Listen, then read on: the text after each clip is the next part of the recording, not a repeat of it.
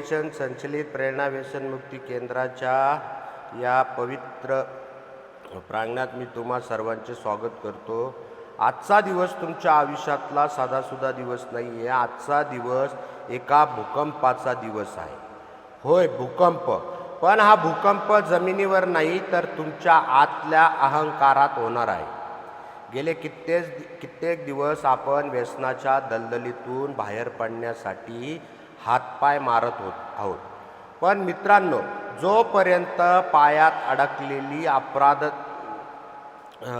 अपराधीपणा गिल्टीची बेडी तुटत नाही तोपर्यंत गरुड झेप घेता येत नाही। मंजिले लाख कठिन आए गुजर जाऊंगा, हौसला हार कर बैठूंगा तो मर जाऊंगा। चल रहे थे जो मेरे साथ अंधेरों में सफ़र, उन चिरागों को बुझाकर मैं किधर जाऊंगा। मित्रांनो, व्यसनाच्या त्या अंधाऱ्या रात्री ज्यांनी तुम्हाला साथ दिली, ज्यांनी तुमचे घाव झेलले, ज्यांना तुम्ही नाइलाजाने किंवा नशेत दुखावले, आज वेळ आली आहे त्या चरागांना पुन्हा उजाळण्याची। आज आपण 8व्या पायरीवर उभे आहोत।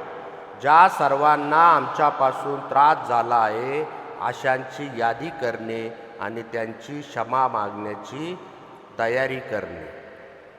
मित्रांनो, ही पायरी म्हणजे कागदावर नावे लिहिण्याचा साधा खेळ नाही आहे।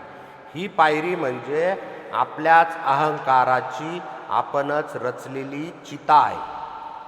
जेव्हा आपण नशेत होतो तेव्हा आपल्याला वाटायचं की आपण राजे आहोत। आपण काय म्हणायचो? मी कुणाचं वाईट केलंय, मी माझ्या पैशाची पितो। पण हे खरं होतं का? मराठीत एक म्हण आहे, स्वतःचं ठेवायचं झाकून आणि दुसऱ्याचं बघायचं वाकून। आपण आपल्या चुका झाकत गेलो, पण जरा डोळे मिटून आठवा ती मध्यरात्र जेव्हा दारूच्या नशेत तुम्ही घरात जाऊन पाऊल ठेवलं होतं।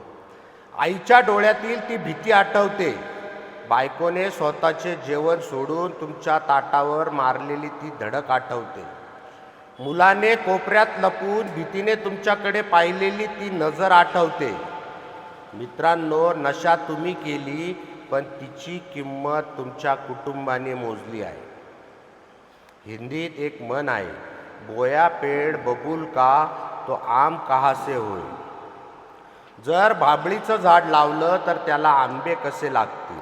आपण व्यसनाच्या काळात बाभळीचे काटे पेरले आहेत आणि आता अपेक्षा करतोय की कुटुंबाने आपल्याला प्रेमाचे आंबे द्यावे।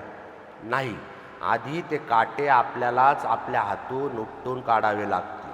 आणि ती काटे उपटण्याची सुरुवात म्हणजे ही यादी बनवणे। तुम्हाला वाटत असेल, मी का माफी मागू, माझा इगो दुखावेल? तर ऐका, एका अशा माणसाची गोष्ट सांगतो ज्याला आज जग महात्मा म्हणून पूजतात। ही गोष्ट आहे मोहनचंद करमचंद गांधी। तरुणपणात मोहनदासांना एक व्यसनाने घेरलं होतं, विडी ओढण्याचं आणि मांसाहार करण्याचं। पैसे नव्हते म्हणून त्याने भावाच्या हातातील सोन्याच्या काड्यातला एक तुकडा चोरला। चोरी तर केली, पण आतून सतसत विवेक बुद्धी त्यांना खाऊन टाकलं। अपराधीपणांनी त्यांना झोप येईना।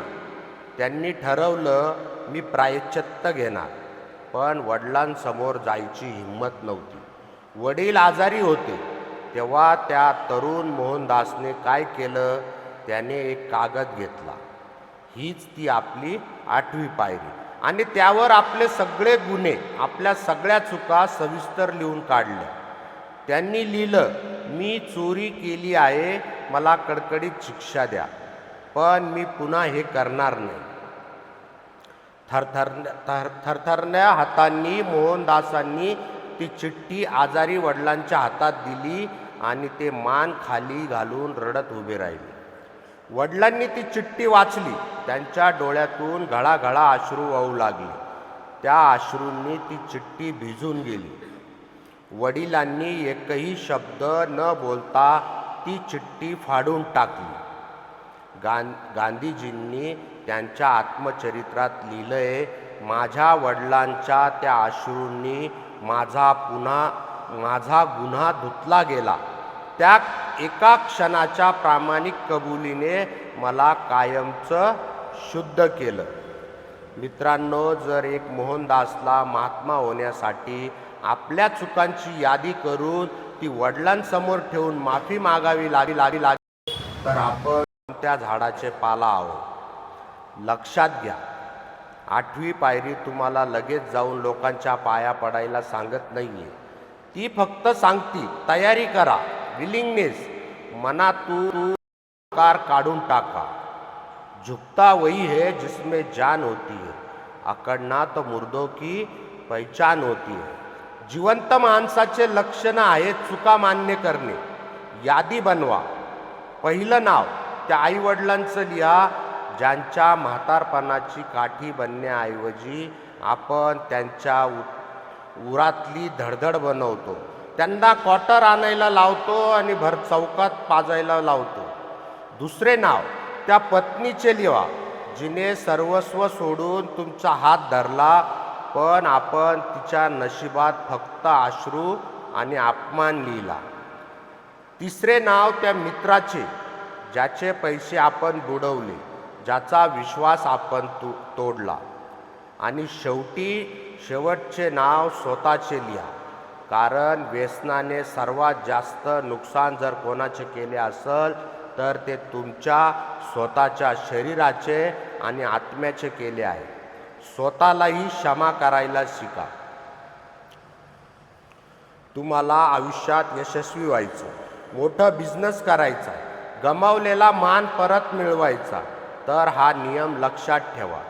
तुम्ही पाठीवर 100 किलोचं पापाचं ओझं घेऊन यशाचा डोंगर कधीच चढू शकत नाही. ही यादी बनवणे आणि क्षमा मागण्याची तयारी करणे म्हणजे तुमच्या पाठीवरचे ओझे फेकून देणे आहे. ज्या दिवशी तुम्ही हे ओझे फेकून द्याल त्या दिवशी तुम्ही हवेसारखे हलके व्हाल. तुमची ऊर्जा दुप्पट होईल. लोक विचार करतील, हा तोच माणूस आहे का जो गटारात पडलेला असायचा, आज हा सिंहासारखा कसा चालतो. तो सिंहासारखा चालणार. आत्मविश्वास तेव्हाच येतो जेव्हा आतून कोणतीही गिल्ट नसते, जेव्हा तुम्हाला माहिती असतं की माझी घाण साफ केली आहे, आता माझी पाटी कोरी आहे. मित्रांनो, SNBT फाउंडेशन फक्त तुम्हाला व्यसनमुक्त करत नाही आहे, तर ते तुम्हाला एक माणूस म्हणून पुन्हा घडवत आहे. आज रात्री जेव्हा तुम्ही डायरी घेऊन बसाल तेव्हा हात थरथरतील, डोळ्यातून पाणी येईल, जुने प्रसंग आठवून छातीत धडधडेल. पण रडा, ते अश्रू वाहून जाऊ द्या. ते अश्रू म्हणजे तुमच्या शरीरातून बाहेर पडणारं व्यसनाचं शेवटचं विष असेल. कश्ती डूबकर भी निकल सकती है, क्षमा बूझकर भी जल सकती है. मायूस ना हो, इरादे ना बदल, किस्मत भी वक्त बदल सकती है. चला तर मग आज अस्तित्वाची पाटी कोरी करूया, आज चुकांची यादी करूया आणि उद्या एक नवीन इतिहास रचण्यासाठी सज्ज होऊया. धन्यवाद. जय हिंद, जय महाराष्ट्र.